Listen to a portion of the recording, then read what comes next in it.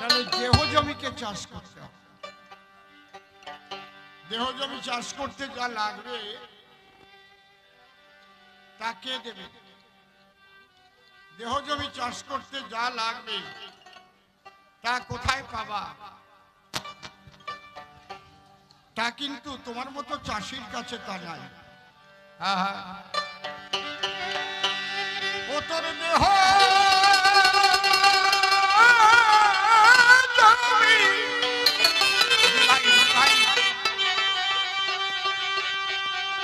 ও তোর দেহ জমি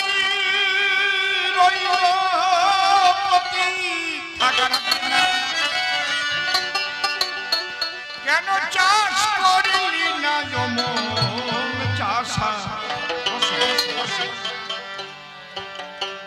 তোর শেষকালে হবে দুর্দশা, শেষকালে হবে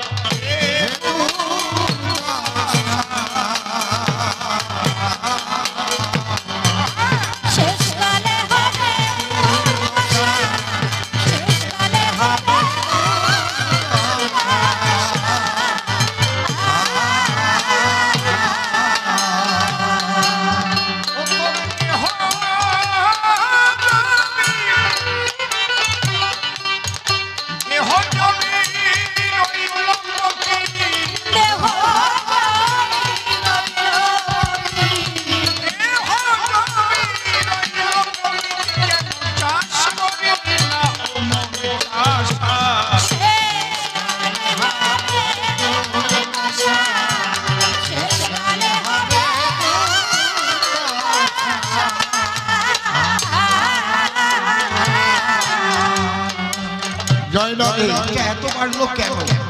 কি কারণ? এর গোড়া কোন জায়গা? দেখো গোড়া, তুমি অন্য জায়গায় হাত দিচ্ছ। এর গোড়া কই? তোমার অ্যাসিস্ট্যান্ট কই?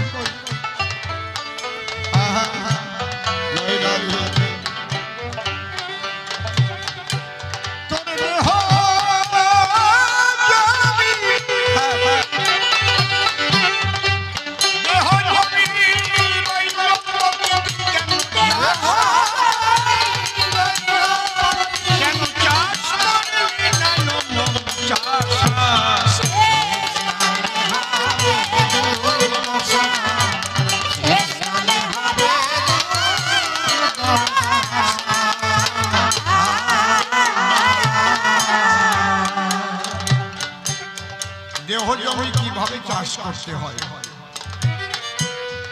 ছয়টি বলো আছে ভাবে,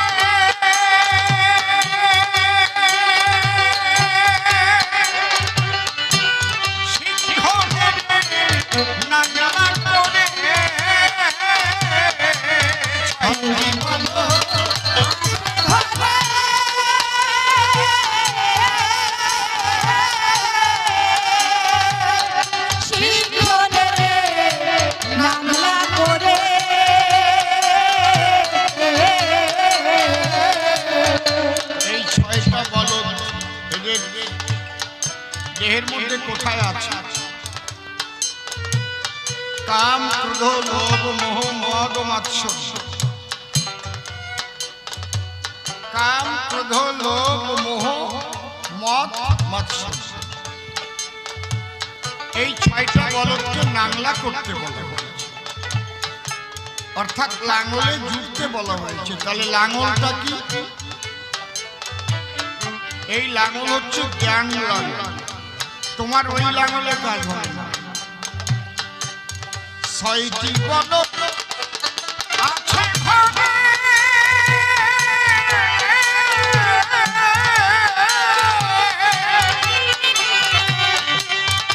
শীঘ্র নাঙলা করে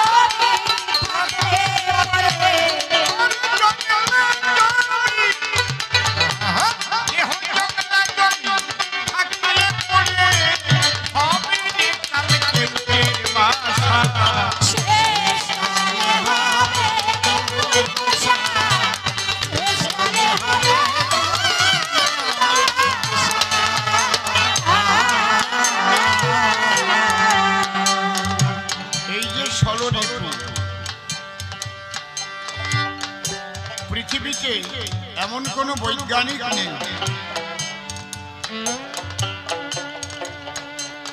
যিনি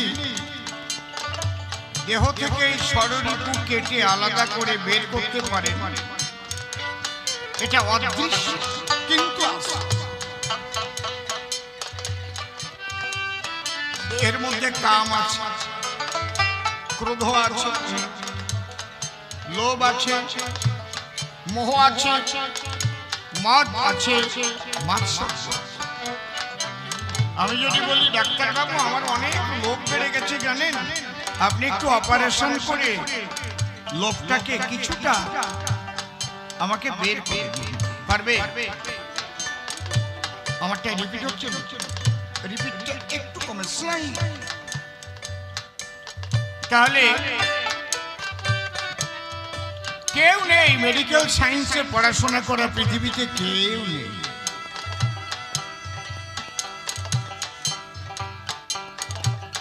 আমার ক্রোধ বেড়ে গেছে, কি করতে পারে? ঘুমের ট্যাবলেট দিয়ে ঘুম পড়ায় রাখতে পারে। কিন্তু কোনো ডাক্তার নেই। আমার কাম বেড়ে গেছে, আমি নারী ধর্ষণ করলেই আমার মধ্যে ধর্ষণ করার প্রবণতা বাড়ছে। পারবে?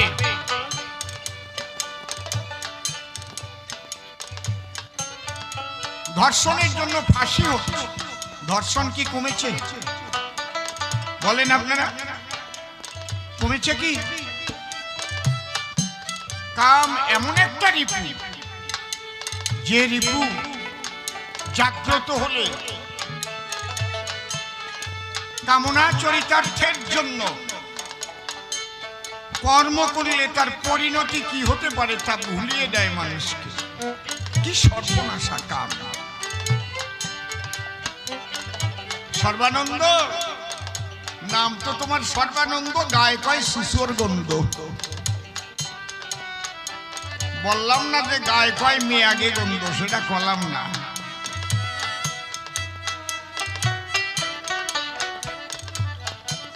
সাধুগুরু মহাপুরুষের সঙ্গ না নিলে, তাদের ক্রিয়াকরণ না করলে তোমার কাম থেকে তুমি নিস্তার পেতে পারো না।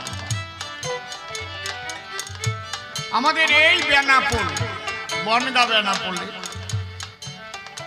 হরিদাস ঠাকুর বসে থাকতেন তুলসী, মহাবৈষ্ণব।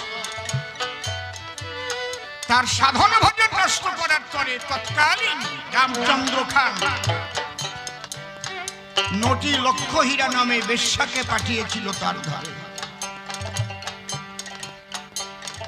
বিভিন্ন বসন ভূষণে সুসজ্জিতা হয়ে হরিদাসের কাছে গিয়ে করেছিল রতি যাচনা। হরিনাম নামে, হরিদাস নামের মালা নিয়ে করে বলে কৃষ্ণ হরে হরে। সেই বেশ্যা কিন্তু হরিদাসকে টলাতে পারে না।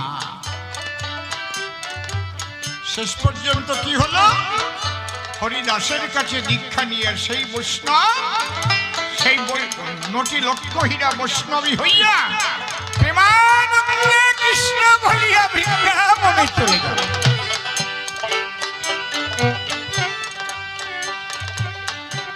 কাসকামিনী নামে একজন বেশ্যা ছিল, কলকাতা বউবাজারে হারকাটা লেনে। বউবাজার হারকাটা লেন যারা গেছেন তারা জানেন। কলকাতা চিতপুর, সোনাগাছি যারা গেছে তাদের জানা আছে। ওখানে কাসকামিনী নামে একজন বেশ্যা থাকত। শ্রী ঠাকুর ভবা পাগলা সেই বেশ্যাকে বৈষ্ণবী করেছিল।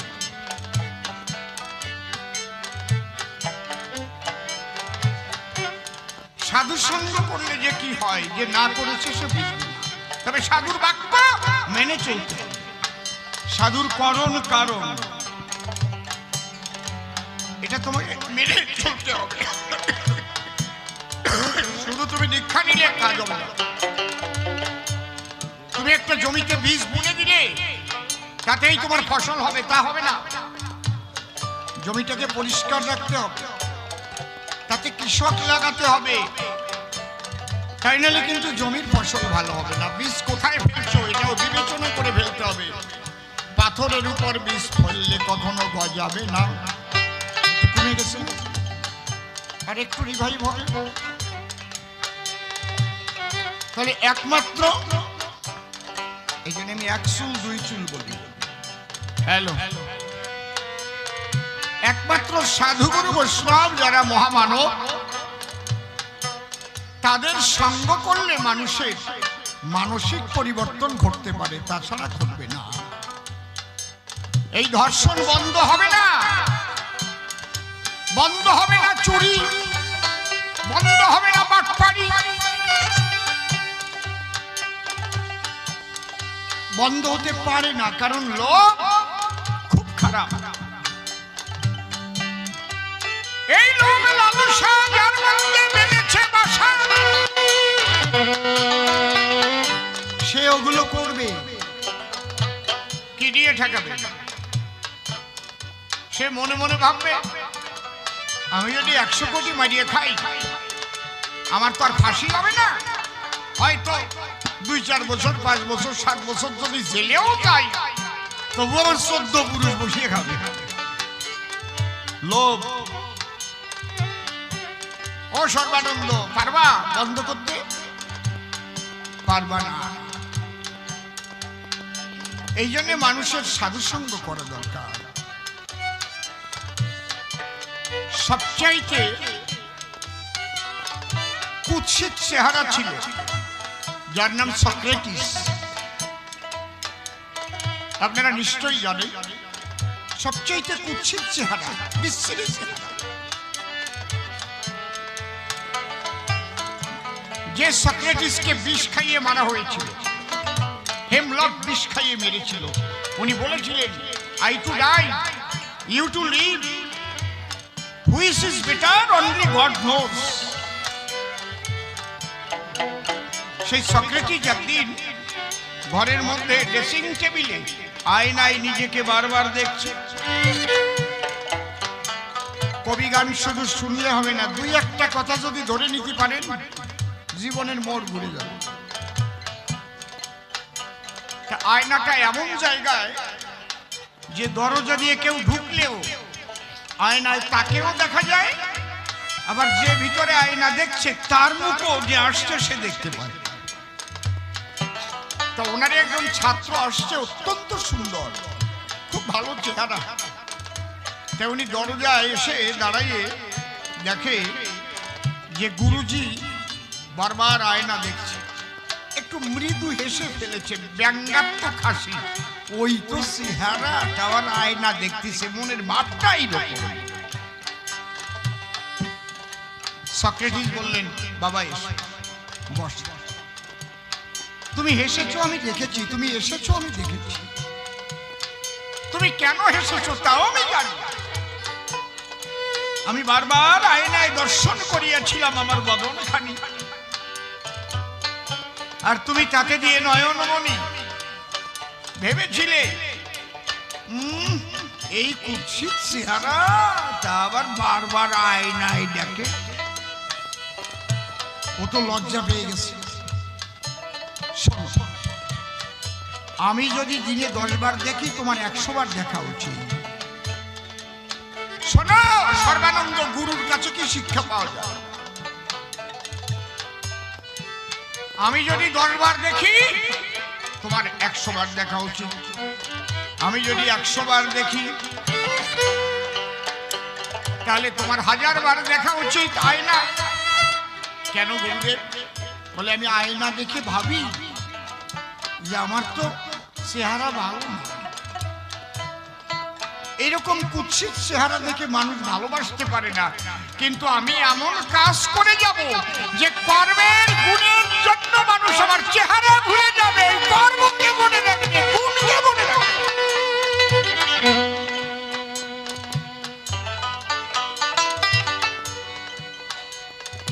আর তোমার কেন 100 বার বেশি দেখতে হবে? তোমার খুব ভালো চেহারা, বারবার দেখবে আর ভাববে আমাকে বাইরে যেমন দেখা যায়, আমি এমন কাজ যেন না করি যে কলঙ্ক লাগে আমার গায়ে, চেহারার উপর কলঙ্ক দিয়ে মানুষ গালাগালি দেয়। মাকাল ফল, ওর ভিতরে কিছু নাই, ও শালা গরু চুরি করে, মানুষের টাকা মারে। তাহলে তোমার ওই চেহারার দাম 1 পয়সাও থাকবে না, নস্বাত হয়ে যাবে। তখন পাও জড়াই ধরেছি, গুরুদেব আজকে যে শিক্ষা পেলাম এই শিক্ষা জীবনে কেউ আমাকে দেয় না। যারা যত সুন্দর যত সুন্দরী বারবার ভাববে এই সৌন্দর্য ঈশ্বরের দান। আমি এমন কোনো কাজ যাতে না করি যে সুন্দর সৌন্দর্যের উপর কলঙ্কের দাগ লাগে। এইটা যদি মনে থাকে, এই কলঙ্কের দাগ যদি না লাগাতে পারো, তাহলে তোমার অন্তর সুন্দর বহির সুন্দর, তুমি চির সুন্দর হয়ে মানুষের হৃদয়ে মন্দিরে জায়গা পাবে। একদিন মানুষের পূজার আসনে বসবে। এ কি তোমার চাষ করে পাওয়া যাবে? তুমি চাষ করো ভালো, তোমাদের চাষ করা ভালো চালের ভাত খাই, তোমরা ফসল ফলাও বাকলাই, সেগুলো আমরা খাই। কিন্তু সাধুগুরু মহাপুরুষের কাছে গেলে কি মেলে দেখো। তাই আমার গান 10টি শখে কষ্ট জেনে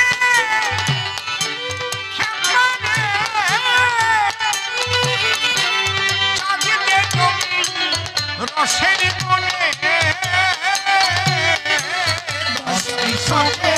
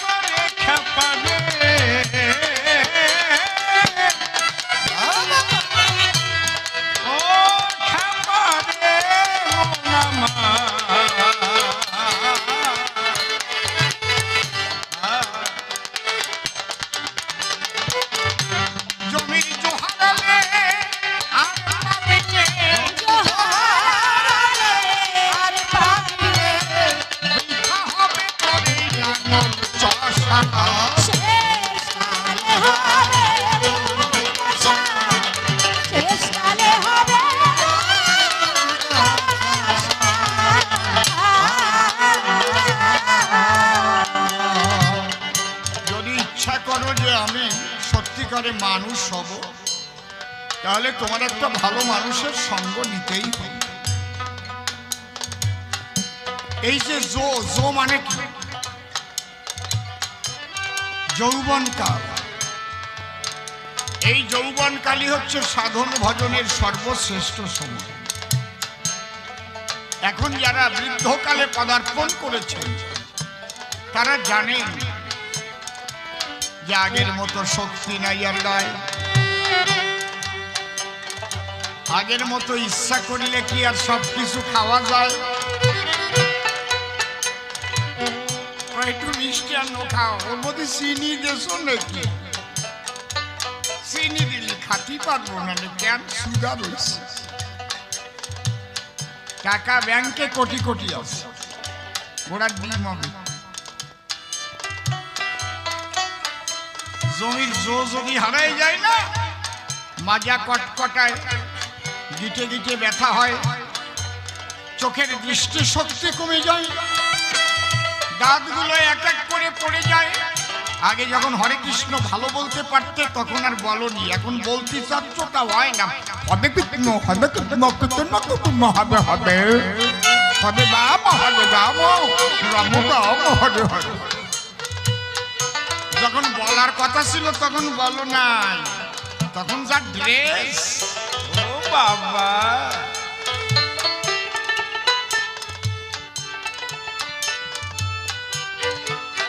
এই জন্য কবিগুরু রবীন্দ্রনাথ বলেছেন,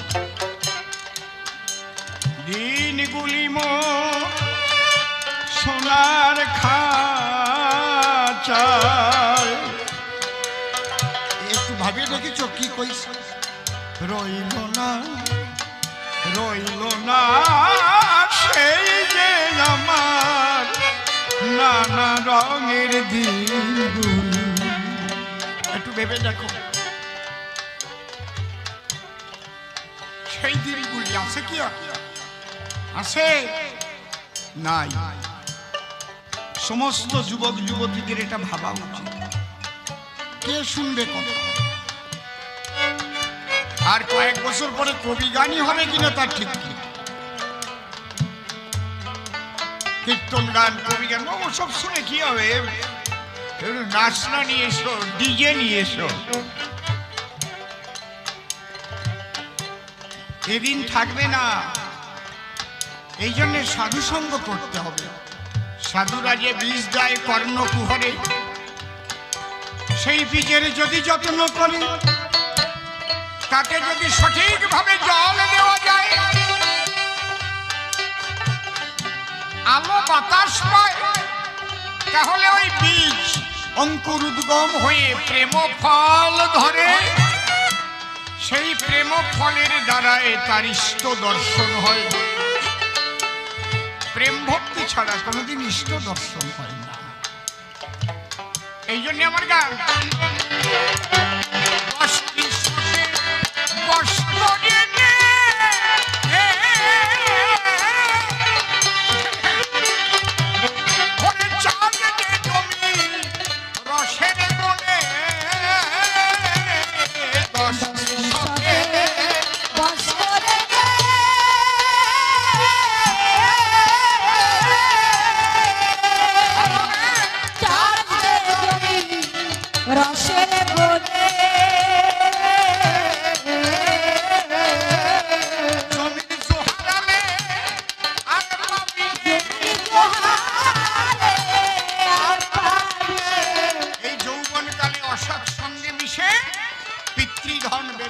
নষ্ট করে ফেলে।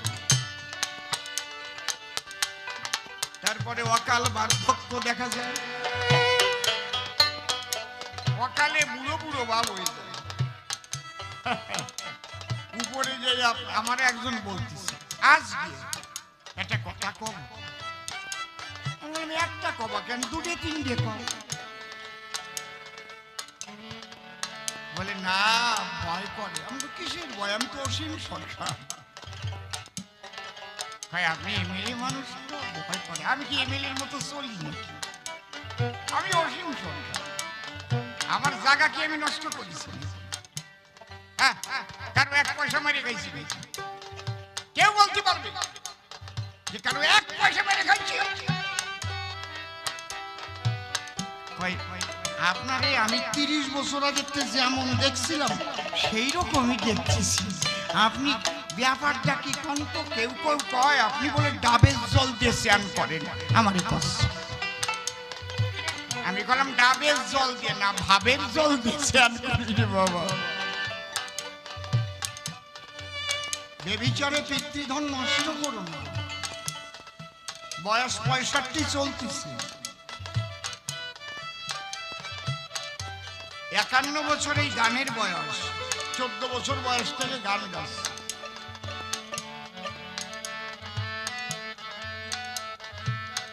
তোমরাও ধরে রাখো। এই জন্য মতুয়াদের গুরুদের কি বলে? ধরা। কেন বলে? যিনি ধরার সন্ধান জানেন তাকে দরকার ধরা। অধর মানুষ ধরবি যদি ওরে আমার মন, যে ধরেছে তারে ধরে নিরিখ ধরে কর সাধন। এই জীবনের সবচাইতে মূল আনন্দই হচ্ছে পিতৃধন রক্ষা করা।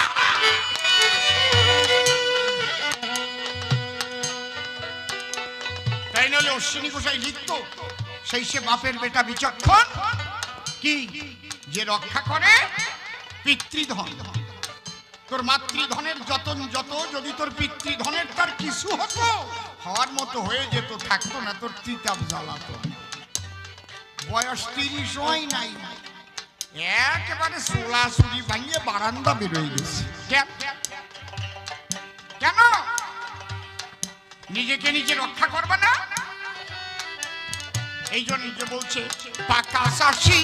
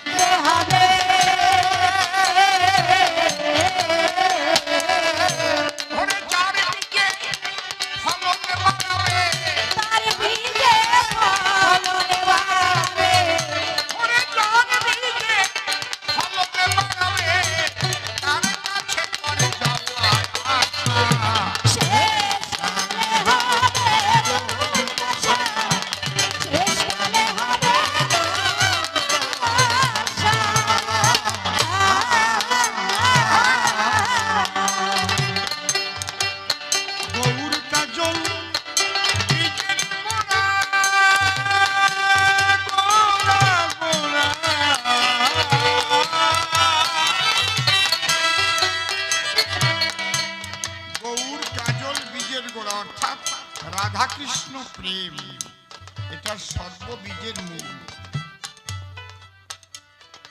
ও বলে গেছে না, মতুয়া, বৈষ্ণব, কালী ভক্ত, কৃষ্ণ ভক্ত, এরা মেশে না। যারা বোঝে না তারা মেশে না। যাদের তত্ত্ব সম্পর্কে একটুও বোধ বরাদ্দ হয় নাই, গন্ডগোল করে তারা। হরি লীলামৃত বলুন, আমার তারকসাদের মহাসংকীর্তন বলুন, আমার অশ্বিনী কর্তার হরিসঙ্গীত বলুন, ওই রাধা কৃষ্ণ প্রেমের নির্যাস ভরা। আর কি আছে তত্ত্বর মধ্যে বলতে পারো?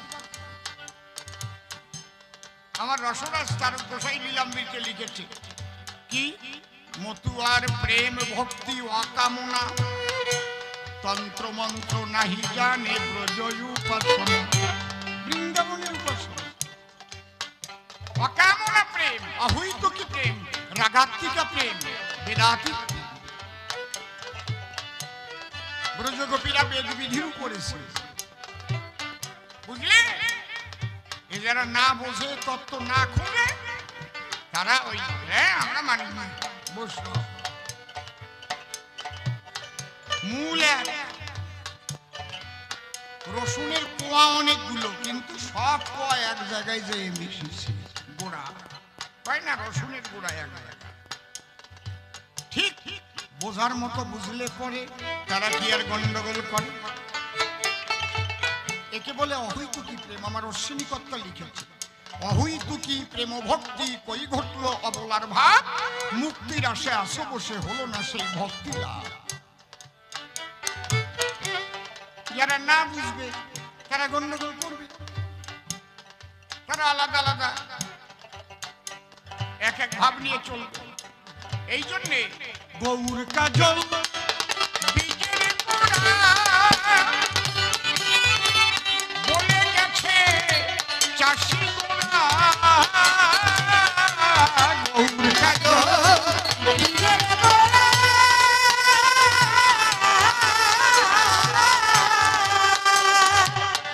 বলে গেছে চাষি গোড়া।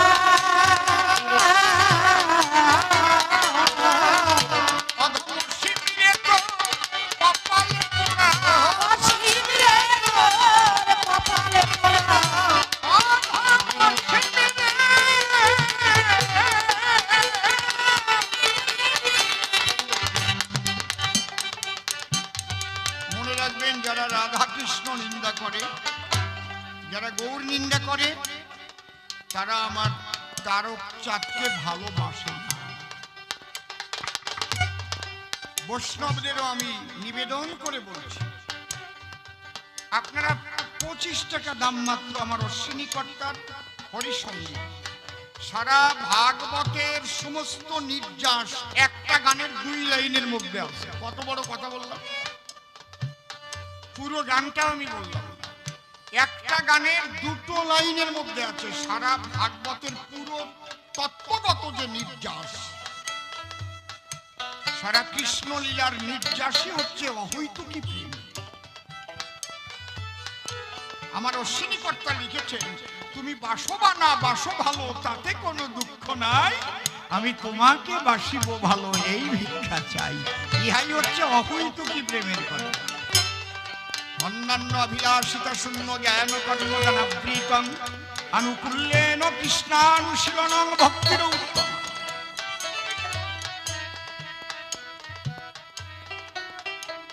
এই সনাতন ধর্মের প্রত্যেকটা ধর্মের ক্ষতি করেছে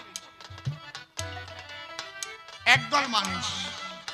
সনাতন ধর্মের ক্ষতি করেছে ব্রাহ্মণ্যবাদ আর মনুবাদ। প্রত্যেকটা গ্রন্থের মধ্যে এমন এমন বিজ্ঞাপন ঢুকিয়ে দিয়েছে, মানুষের মাথা ঘুরে যাচ্ছে। এটা কি লাগে? এমন ক্রিয়াকর্ম ঢুকিয়ে দিয়েছে যে ওইটা না করলে যেন হচ্ছে না। কিন্তু ভুলে গেছি যে ঈশ্বর সাধনার মূল হচ্ছে প্রেম।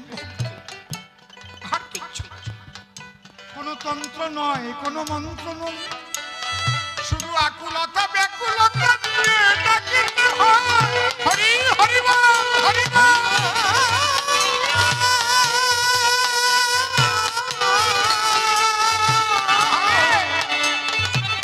হরি বল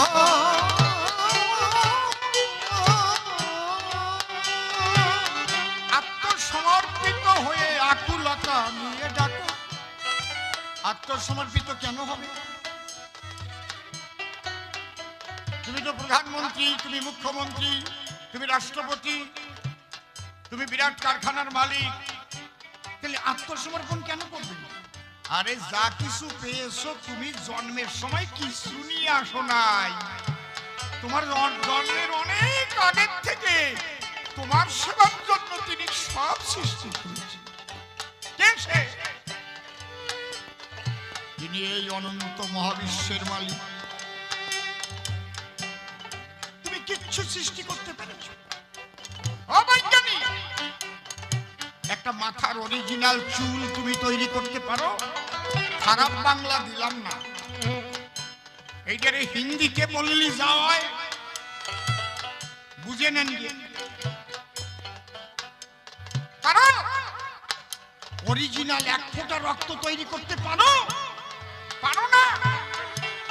অরিজিনাল কিচ্ছু তৈরি করতে পারো না, একটা সরিষার দানাও তৈরি করতে পারো না। তাহলে তুমি যাত্রা খাস, যার সৃষ্টি ব্যবহার করছো, তার উপর আত্মসমর্পণ করবে না তো কারটা করবে? জীব নিত্য কৃষ্ণদাস ইহা ভুলি গেল, অতএব মায়া পিশাচি গলেতে বান্ধন। কৃষ্ণ সূর্য সম মায়া অন্ধকার, যথা কৃষ্ণ তথা নাহি মায়ার অধিকার। সেই ঈশ্বর একজনকে তুমি তার উপরে সমর্পণ করে আকুলতা নিয়ে তুমি তাকে কোন রূপে দেখতে চাও? তাও ভগবান বলেছেন যে যথামাং প্রপদ্যন্তে তান্যস্তথৈব ভজম্যহম মম বর্তানুবর্তন্তে মনুষ্য পার্থ সর্বস্ব। তুমি যে রূপে চাও তিনি সেই রূপ ধরতে পারেন, তোমাকে সেই রূপে দেখা যেতে পারে। জয়দেকং নিষ্কলং ব্রহ্ম বোমাতীত নিরঞ্জনম অপ্রতর্কম অভিজ্ঞং বিনাশোৎপত্তি পরিবর্তিতম। ও বাবা, এত সুন্দর করে বলা, তাই আবার গান শেষের পর